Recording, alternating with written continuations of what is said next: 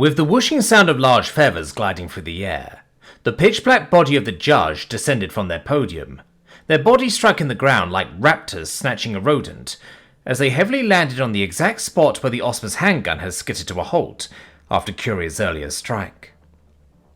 With their large prehensile foot, the corvid picked the weapon up and quickly handed it off to the hand at the end of their wing. As their crimson eyes inspected the deadly equipment for a moment, Curi turned their attention towards them, the gaze of their mechanical eyes affixed to the hand holding the gun. The judge's early reactions, as well as the fact that security had not yet stormed the room, made the cyborg suspicious of the avian's intentions, yet so far they had shown no outright signs of hostility. After familiarizing themselves with the weapon, the judge quickly moved to level it at its previous owner. It wasn't exactly the perfect size for someone of the bark and a hare's build, but they still had far less trouble holding it than the crustacean himself showed earlier. "I'm afraid we're not entirely ready to roost yet," they then said, their voice quiet as the air sac at the front of their throat barely inflated while they spoke this time. They were quite clearly talking to Curi, even if their gaze was firmly directed at the sights of their weapon while they aimed it. "It seems like the security of this courtroom has been compromised in one way or another. There was no reaction to my pressing of the emergency alerts, and they also can't get anyone on the internal communication lines. So our best case scenario would be if it had simply been sabotaged, but we should probably keep worse possibilities in mind." Their words slightly calmed Curi's suspicions, even if they weren't entirely sure if they could fully believe that the judge was surprised by this event just as much as they were. Although the words made sense, the cyborg wasn't exactly in a trusting mood at the moment, which also showed when they noticed movement in the corner of their vision. Once again, their leg impacted the ground strong enough to throw sparks as they quickly turned their body towards the movement, causing the group of vulpines to bolt away from them in the long jumps that their species was known for. After seemingly shaking off the stupor born from the first shock over everything that had happened, the Lakshasette film crew had peeled themselves away from the room's back wall and were approaching the spot where Curi's Mish was still cowering over their injured Vor. Or, well, they had been at least. Before they catapulted themselves halfway across the room to get away from the understandably angry cyborg. But then, only a moment after they had landed, one of them already stood up again and lifted his hands in a disarming manner. "We're just trying to help," he assured, though as he spoke his entire body was still tense as a bowstring and ready to jump at the slightest sign of danger. Even the hairs on his bushy tail were spread out like a feather duster. "We've got nothing to do with whatever this is. Promise. We just want to see if there is something we can do for them." He nodded in the direction of the injured Terravelt, though his stiff eyes remained firmly focused on the cyborg. Curi stared back for a long moment, thoughts rushing through their mind. These people were the colleagues of that man who had attacked them, but they also seemed genuinely surprised by the attack. And the first thing the Osmer did was to attack the camera. If they were in cahoots, surely it would have just been turned off. Was that a trick? Was the surprise a trick? Was everything a trick? Suddenly they heard a heavy grinding and groaning of material, and they felt how the tips of all 6 of their legs were slowly digging into the ground as their stance tensed more and more. Surprised and slightly shocked by their own demeanor, they quickly loosened their grip on the floor, quickly enough in fact that the sudden release of tension from their joints caused their body to jump up in a slight jolt. Still, even that wasn't quite enough, and so they firmly shook themselves, causing the world around them to spin for a few seconds before their brain had caught up to the sensory input again once they came to a stop. Quickly, they sought eye contact with the Lakshasette once more, but only after taking a quick glance at their Vor's still motionless body. "Help them!" they said once they had found the man's green gaze, and there was such an urgency to their words that they accidentally activated both of their voice boxes at the same time, causing their words to come out as a mixed chorus of their typical synthetic voice, overlaid with the one that mimicked their natural chords more closely. The Vulpine's large ears twitched at the strange sound. However, the plea behind it did not seem to be lost on him or the rest of his group, as they quickly nodded their heads and sprung into action, crossing the distance they had jumped away earlier just as quickly to make it over to the injured person, and they swiftly crouched down next to the Terravelt, to see if there was anything they could do for them. Although, seeming to trust that Curi could keep the still pretty shock-stunned appearing Ozma attacker under control, the judge then quickly made their way over to them as well, pulling one of the Vulpings that stood furthest away from the injured aside to question them. "I take it you are not very familiar with your so-called reporter over there?" the larger avian asked, while aiming the weapon up at the ceiling, for as long as they weren't keeping their eyes on their target. Although she seemed to be surprised about being grabbed for a second, the Lakshasette quickly shook her head and glanced over at the Ozma very briefly. "No," she confirmed, as she looked back into the judge's eyes. "He was assigned to us for this job. The mail said that these news were big enough to warrant one of the main reporters from HQ to be here, instead of one of our usual local ones. I was a bit weirded out because I never heard of him before, but it's not like I know every single reporter 10 to 10 is employed. I figured maybe he was up and coming and I just hadn't caught anything of his yet, or that he was getting good jobs because of nepotism or something. I would have never thought he would be— Watch out!" She shrieked as she glanced over at the man she was talking about again in the middle of her sentence, her hand shooting up to point at the crustacean in warning.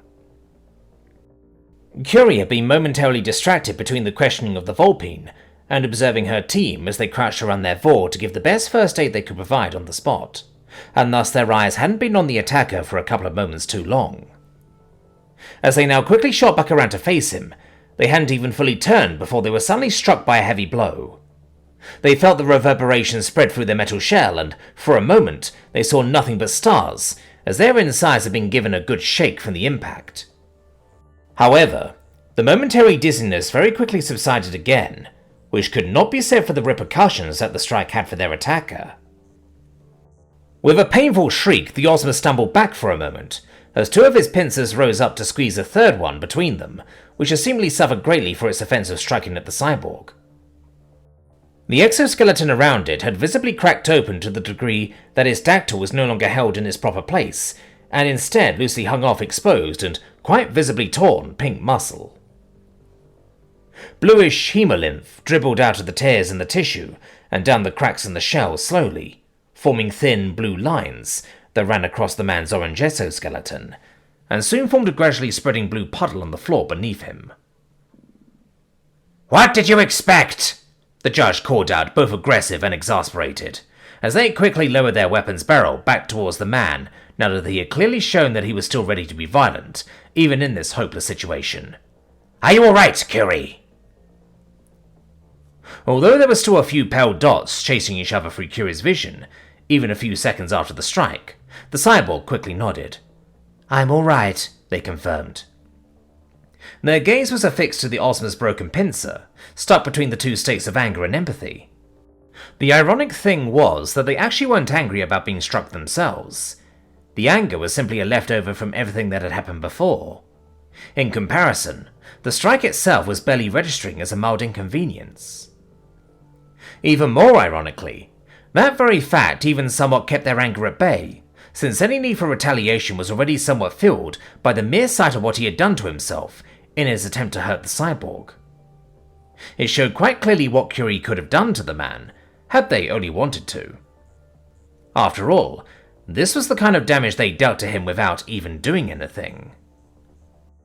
"We really need to get them to a doctor," a voice suddenly cut through their thoughts, as the first Lakshasette from earlier spoke up loudly. He had stood up and taken a step away from the ongoing first aid in order to get everyone's attention as he spoke. "They're alive, but in a very bad shape. They will definitely need surgery, and fast. If they're going to make it, we can't wait around here anymore." Curi stood up straighter in alarm, the last few dots instantly disappearing from their vision. They looked over at the judge in urgency, and the Barkener here seemed to be in deep thought for a very brief moment. However, it really lasted for only a few seconds, and soon enough, their red eyes looked back at the cyborg with renewed clarity. "Right, no point in wasting any more time here," they confirmed with a clack of their beak. "Still, we need to be careful. There may still be more malefactors around since the systems have been compromised." They then quickly stepped over to the Lakshasette and pressed the handgun into his hand. "I shall go get help. You and Curi will keep the criminal detained until then," they instructed firmly, while already pulling away from the Deathworlder again, and heading towards the room's nearest exit. Without a word, Curi immediately began to follow, catching up to the grounded avian in no time at all. Even though they were clearly aware of that fact, the judge didn't even look at them as they said, "You should remain here. It's far less safe for you than for anyone else." Curi simply kept walking without slowing down. "I am not staying behind," they said firmly. The judge made a sound that was somewhere in between a scoff and an acknowledging hum. "I believe that is a bad decision," they stated outright, but made no attempt to stop the cyborg otherwise. "Likely," Curi confirmed, "but it's mine to make." By then, they and the judge had reached the door, which was luckily opening for them no problem. It seemed the locks had not been tampered with. The door led out into the same sort of small back area that Curi had used to prepare for the verdict not even an hour ago at this point, even if it felt like it had been far, far longer to them.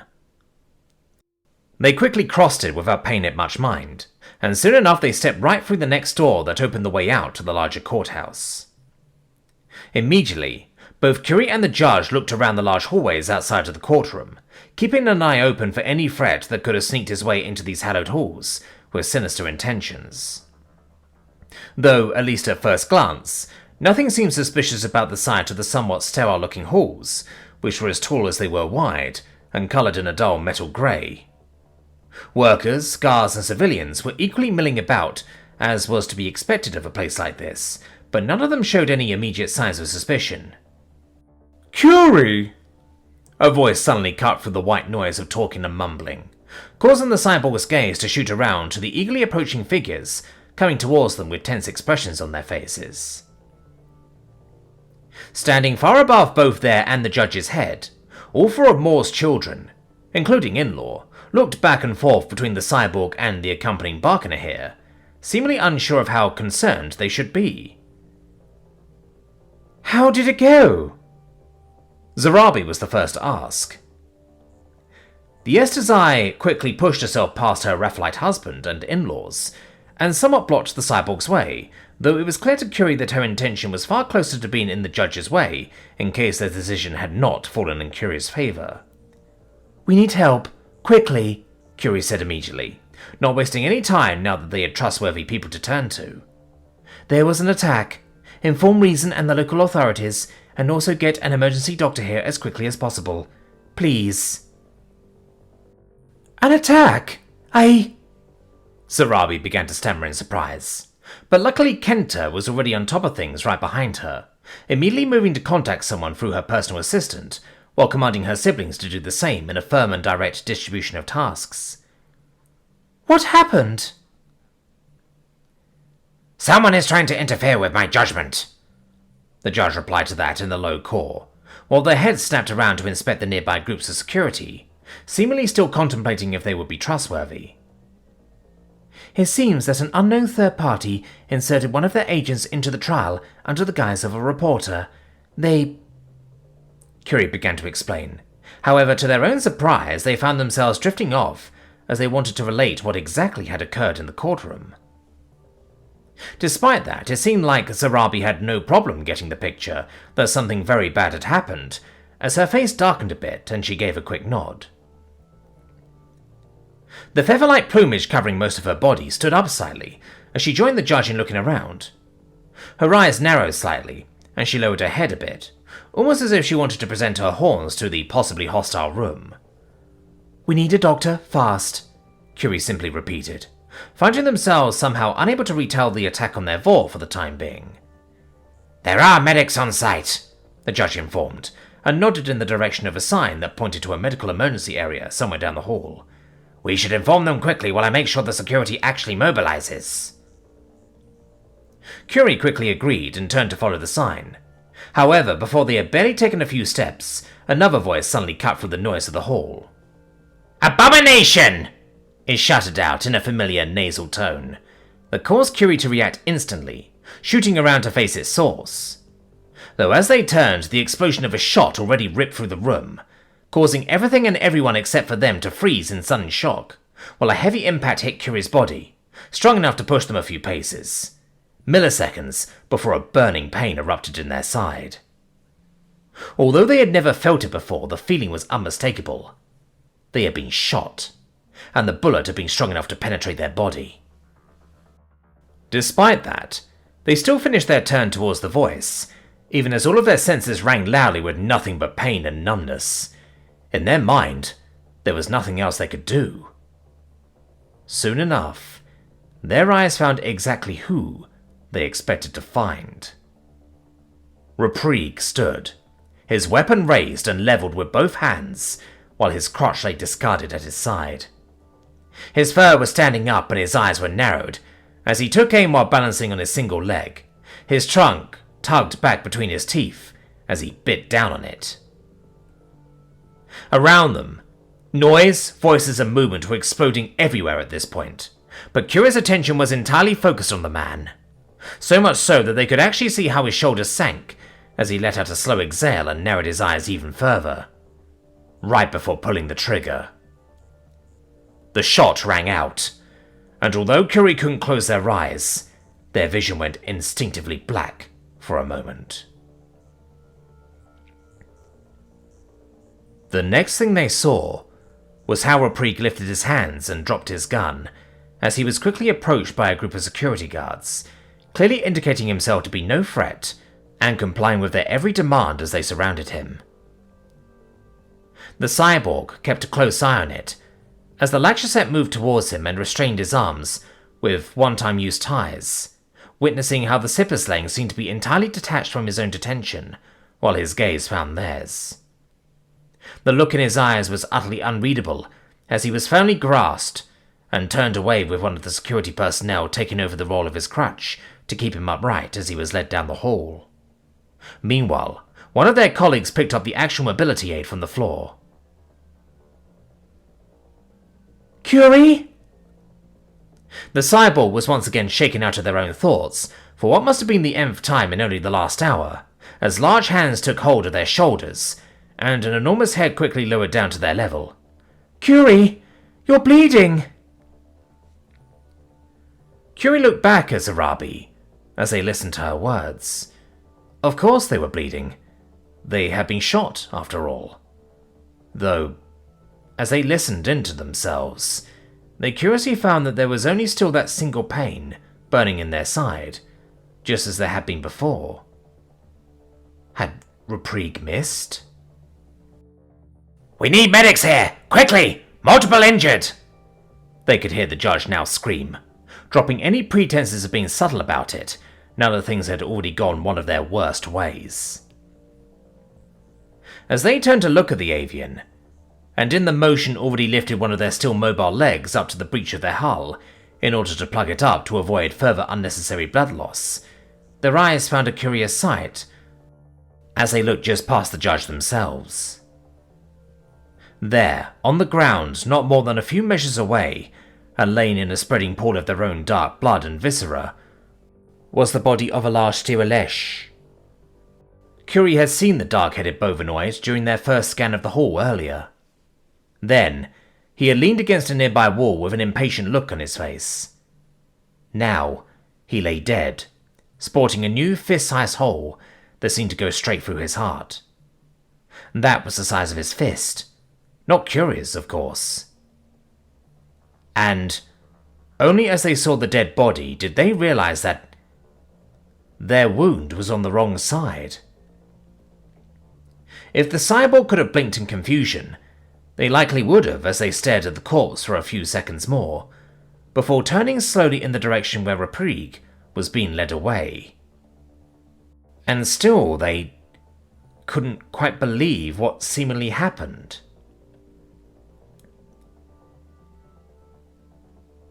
"Unbelievable," the agent of reason mumbled, as she was escorted into Curi's hospital room by multiple people of the local security.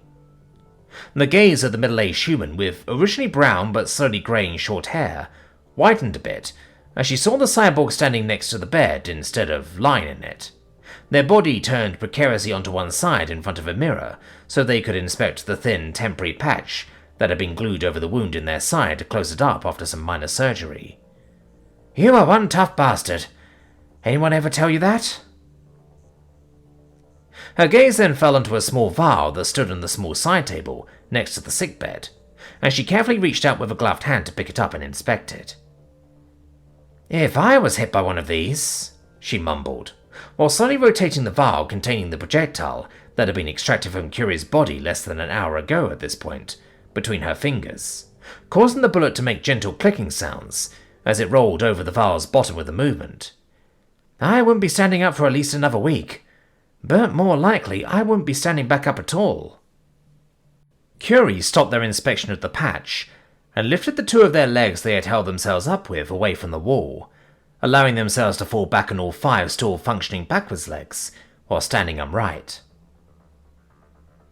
Had I not turned at just the right moment, I most likely would not ever be standing again either, they informed the agent, briefly glancing at the vial in her hand. The shot penetrated my hull and destroyed one of my organs comparable to your kidneys, before burying itself in my spine. Luckily, it had lost enough energy at that point so that my bones successfully stopped it. Otherwise, it may have ricocheted inside my body and caused far greater damage.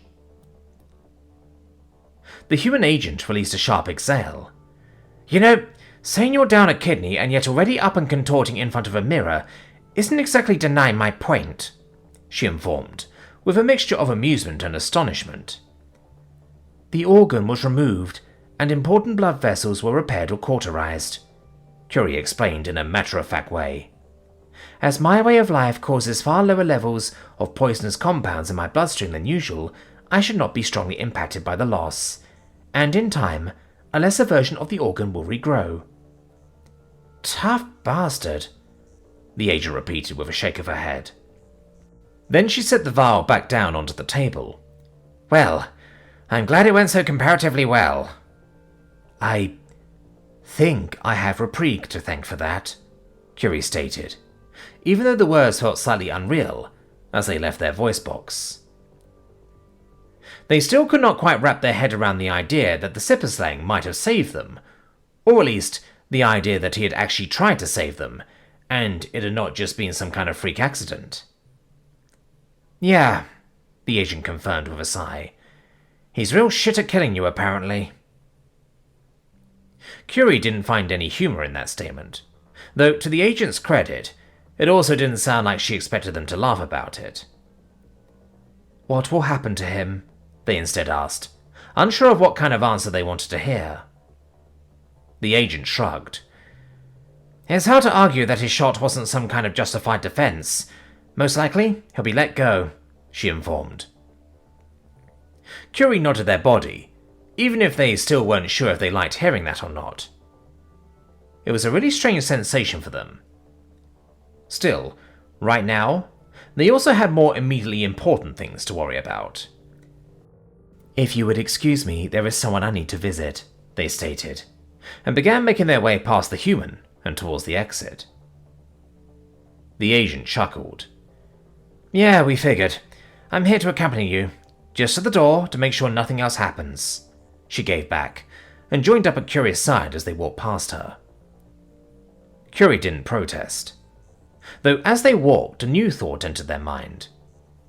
Say, the ship that you agents of reason came to this station with, does it have medeng? They asked directly, and without giving any context to the human. The agent seemed mildly surprised for a moment, but it was clearly not part of her job to be all too easy to shake. Yes, we do have a small medeng department, she therefore informed after just a second of thought.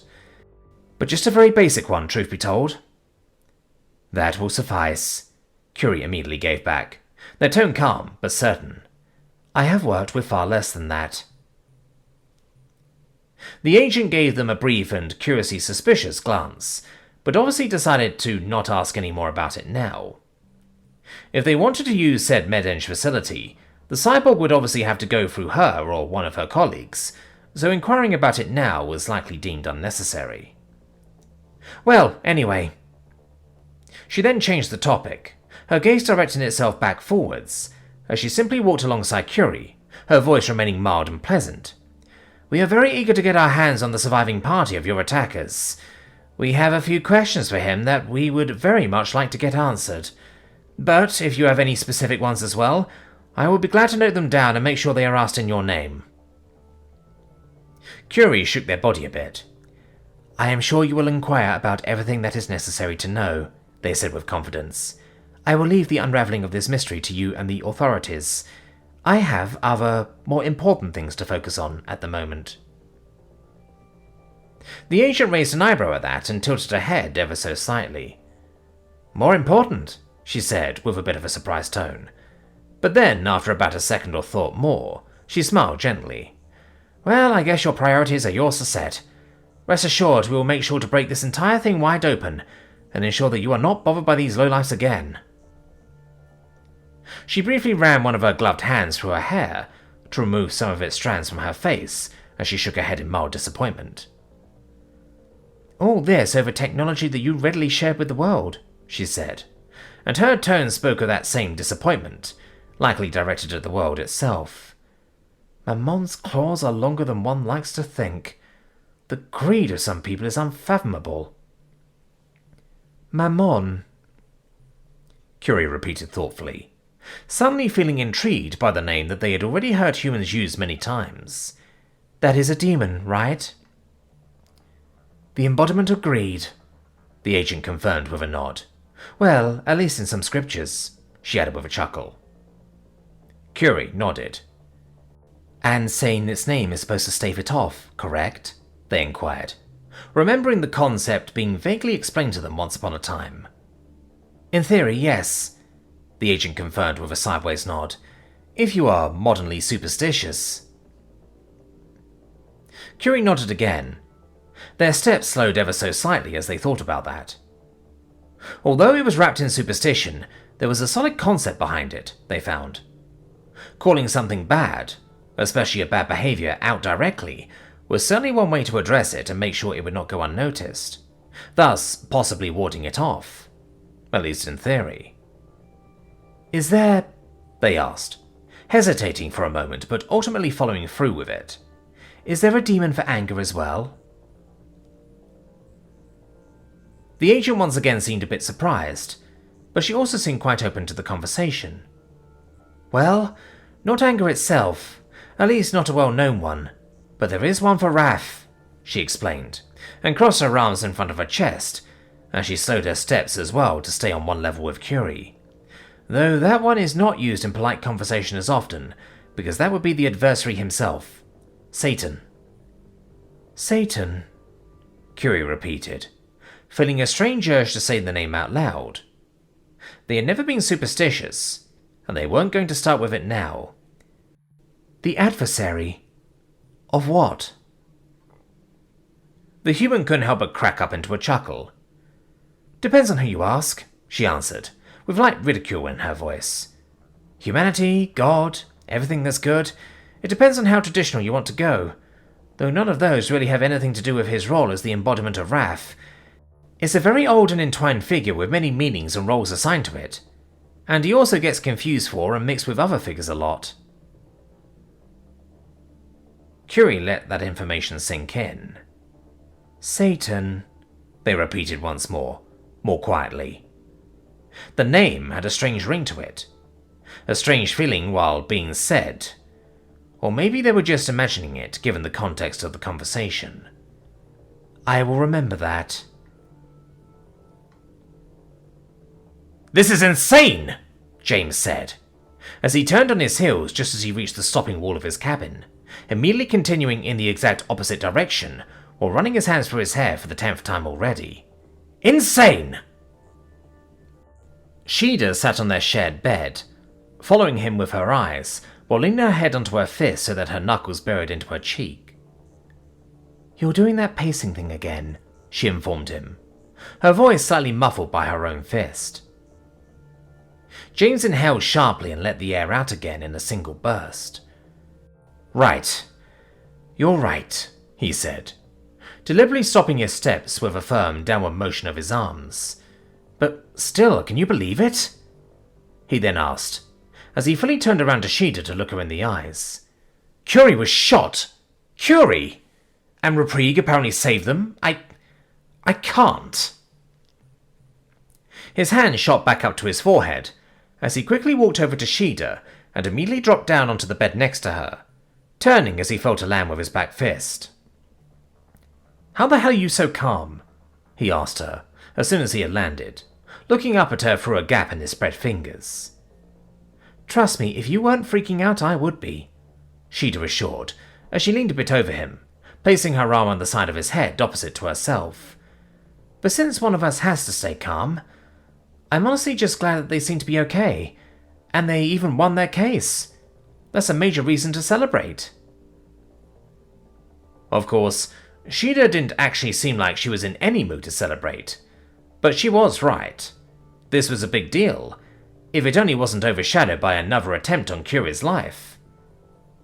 "This isn't good for my health," James lamented with a slow exhale, and apparently Shida could only nod to that. "That's why we should focus on the positives," she sighed. Then her ears twitched slightly as her face fell a bit flatter. "You think their, dad is going to be alright?" "Vor," James corrected the term, although they admittedly meant quite similar things in the end. And I don't know. It sounded bad. I mean, with modern medicine it probably could be fixed, but... He sighed in a mixture of exhaustion and displeasure, not even wanting to finish that sentence, since it would only make him mad again. "Only if they want to be fixed," Shida finished for him. It wasn't quite how he would have phrased it, but she had still understood the meaning behind it.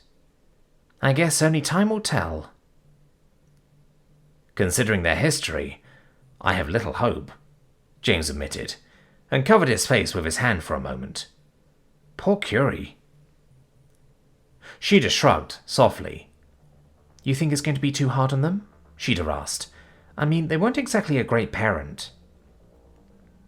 James groaned a bit. "I don't know," he replied honestly, as he thought it over. "There's a chance they won't care, but Curi's pretty good-hearted, and shit like this is basically never really easy. But they are also better at accepting this sort of thing than I am, so who knows?"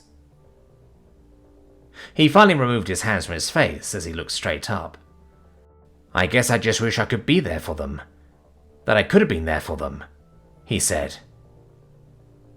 "Who do you think you are?" It echoed through his mind almost immediately after he said it.